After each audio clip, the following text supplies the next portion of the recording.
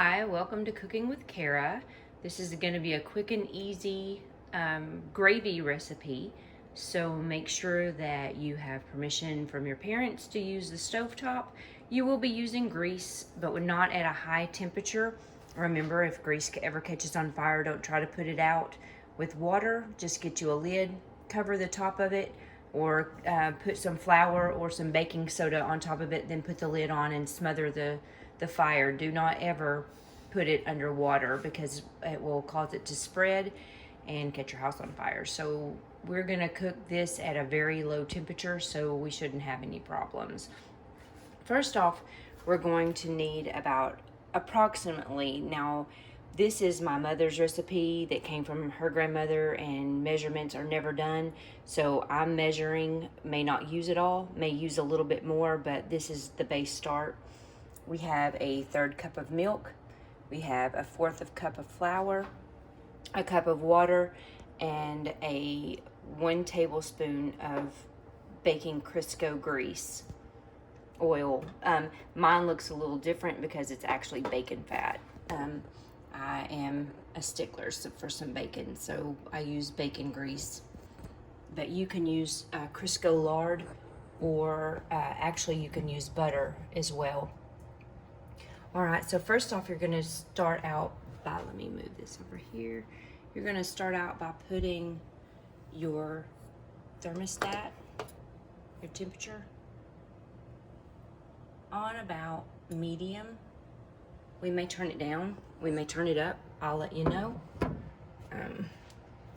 You're going to dump your grease.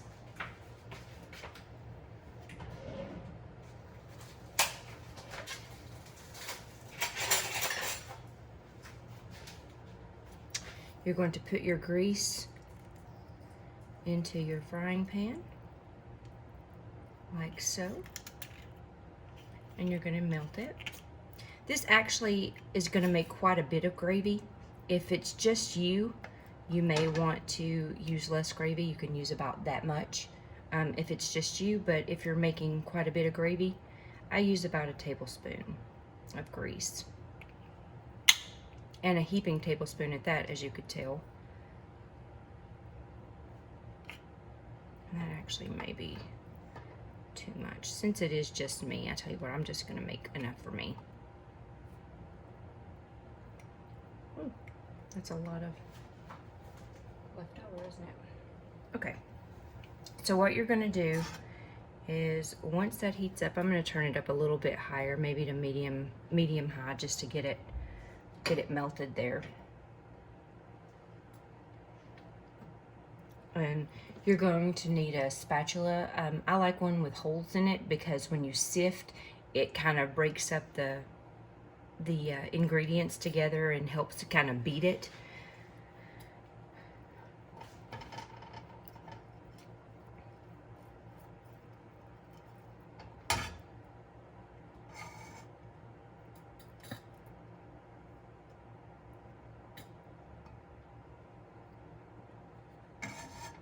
Be patient with the grease. I know that it doesn't melt very fast at this high heat, but you don't want your grease very hot.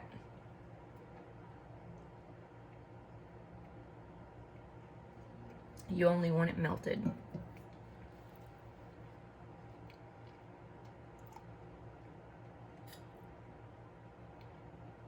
And as you put your flour in there, and you feel like that it's not enough, then we will add more grease. If later on you decide, after you add other ingredients, that it's not enough, it's going to be too late to add more grease. We can add more flour, but not more grease.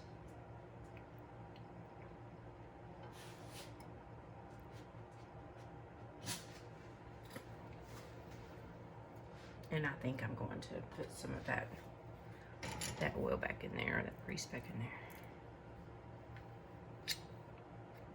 You may actually save this and have it for supper.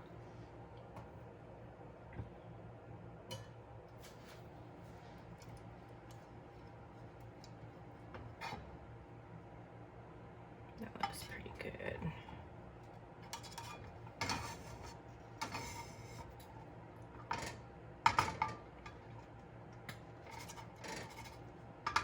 Okay, once you get your grease melted, you're just gonna start putting flour in there until you've kind of got a roux. You don't want to put too much flour at first. And depending on what color of gravy you want, if you want brown gravy, if you want lighter gravy, depends on how long you cook this part of it right here. What you're going to want to do is make sure that all the flour lumps are out. Just a little bit more of your flour, mix it in there.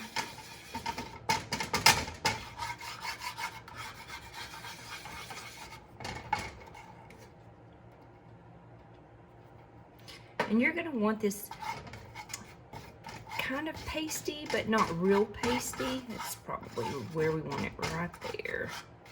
Kind of see how it's just a little bit thick. Now, if you want some brown gravy, we're going to cook this for a while. Because what we're going to do is we're going to kind of burn, I guess, the flour. While it's doing that, you can add some salt. Add some pepper. And you're going to add more later. And just kind of let that sit on that fire. We're going to turn the fire up to medium high. And you can start to smell it. It starts to smell like gravy. Isn't that weird how just 2 ingredients, and this is the basic ingredients of flour right here. Or flour of gravy.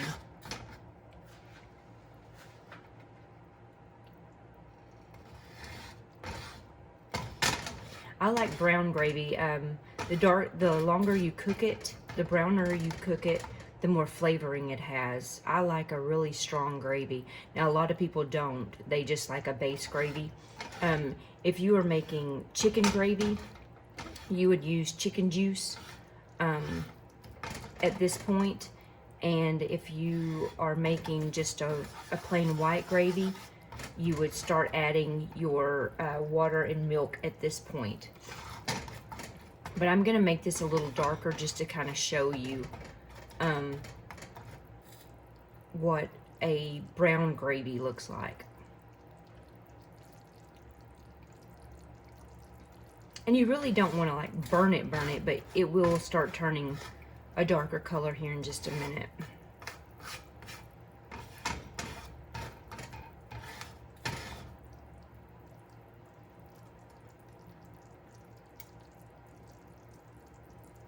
And it's amazing how this little bitty mixture right here makes an actual, makes actually quite a bit of gravy. Good on potatoes. We're going to put ours on bread today. And have gravy toast.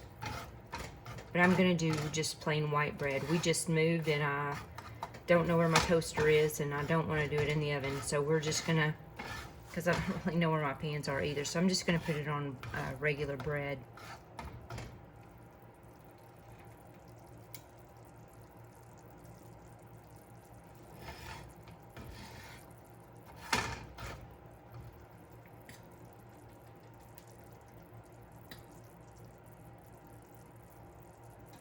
If you're a more experienced cook and you've done a lot of cooking, never leave this.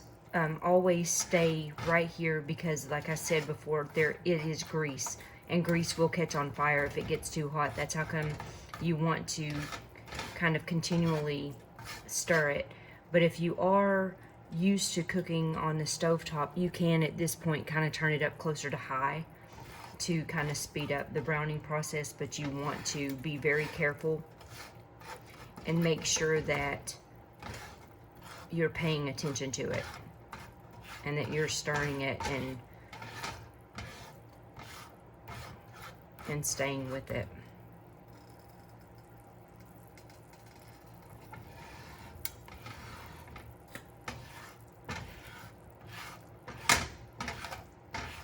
Man, it smells good. Old-fashioned gravy.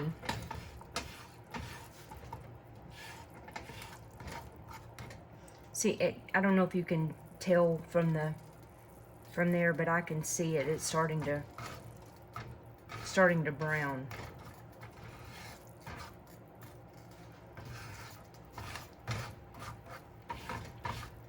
Now it's starting to get a little lumpy, so we're gonna kind of keep stirring it, so we don't want it to get too lumpy. All right, now it's starting to turn brown, so now is the time that you would decide how brown you want it. I like mine pretty brown, but I think we're gonna just about call it brown enough, and I'm gonna turn it back down to medium. Now I'm going to add my milk, and when you do, it's gonna curdle. I didn't add the whole thing of milk, but you'll see how it starts to lump together. That's fine, that's the way you want it to do, and you'll just add just a little bit more milk. Get all of that out, you want it to do that, and then you're gonna go ahead and add the rest of your milk. Okay, so now you're gonna take your spatula and you're gonna like kind of push that on in there. Now you start adding your water. Pour your cup of water, and we may have to add a little bit more water. Okay, this is where the holes in the spatula come in handy, because all those lumps, they've got to come out. I'm gonna turn our heat up just a little bit more, maybe to medium high. We want all of those lumpies out of there, and so it's a constant stir, a constant mash. I'm gonna scrape the sides, make sure you get all that flour. And this is the reason why you can't add more grease, and you can't add, if you add more flour, what you need to do is add flour to cold water, get it a little bit liquidy, and then pour it in. Otherwise, it's gonna be harder to get the lumps out. So right now, this didn't make as brown of a gravy as I was hoping for. I may have put just a little bit too much milk and lightened it too much, but it'll be okay.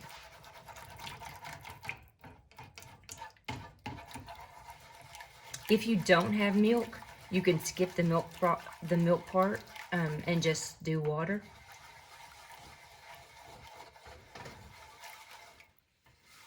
See how it's already starting to thicken up? So you want it to go ahead and keep doing it. Add a little bit more salt. And salt and pepper is to taste. Everybody's got a different palate, so however much I put in there, don't think that that's the right measurement, because it's all up to you depending on your taste.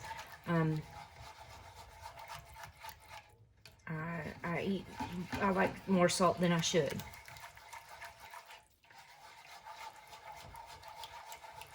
And you just keep stirring this and keep stirring it. Man, it smells good.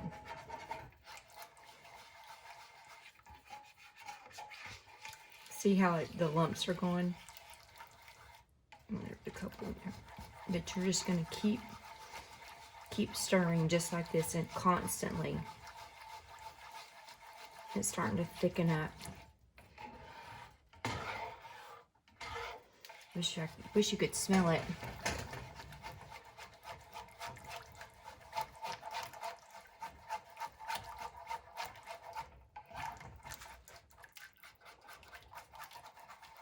This is a great breakfast item. This is a great lunch. And it's hearty, and it's usually something that you have at the house. All you really need is flour, water, salt, pepper, and a grease base, whether it's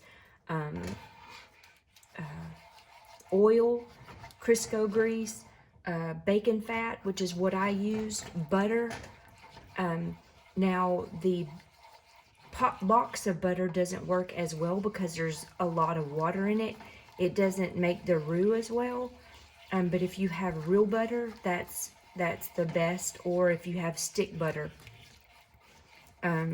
even though it's not 100% butter, it's better than what comes in the tub, like the Country Crock or the I Can't Believe This Isn't Butter or whatever. Those don't do as well, but you can use them.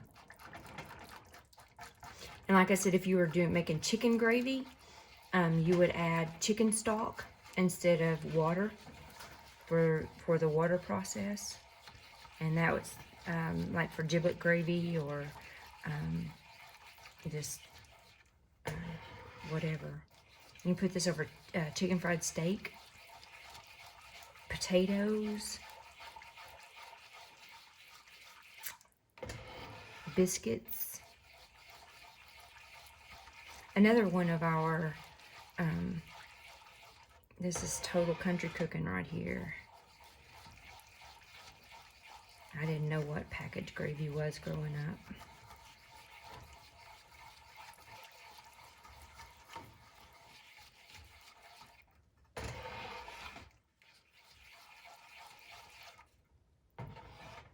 I'm going to turn it up just a little bit more to kind of speed this up.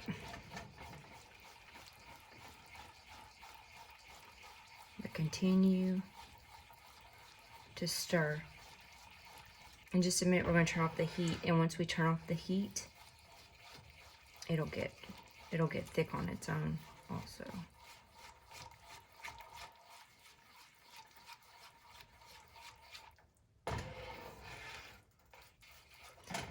Turn the heat off, and that it will thicken up on its own. If you notice, we didn't quite use 1/4 of a cup of flour. It was about a little more than 1/2 of a 1/4 of a cup for what we just did, but you see how much gravy we made. And if I would have put that full tablespoon of oil in there, we would have had a monstrosity of gravy. So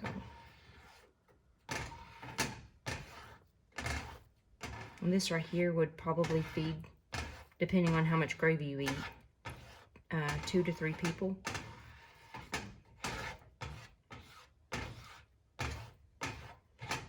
So, all right. And if you want your gravy thicker than that, cook it more. That just cooks the water out. But I'm going to stop there.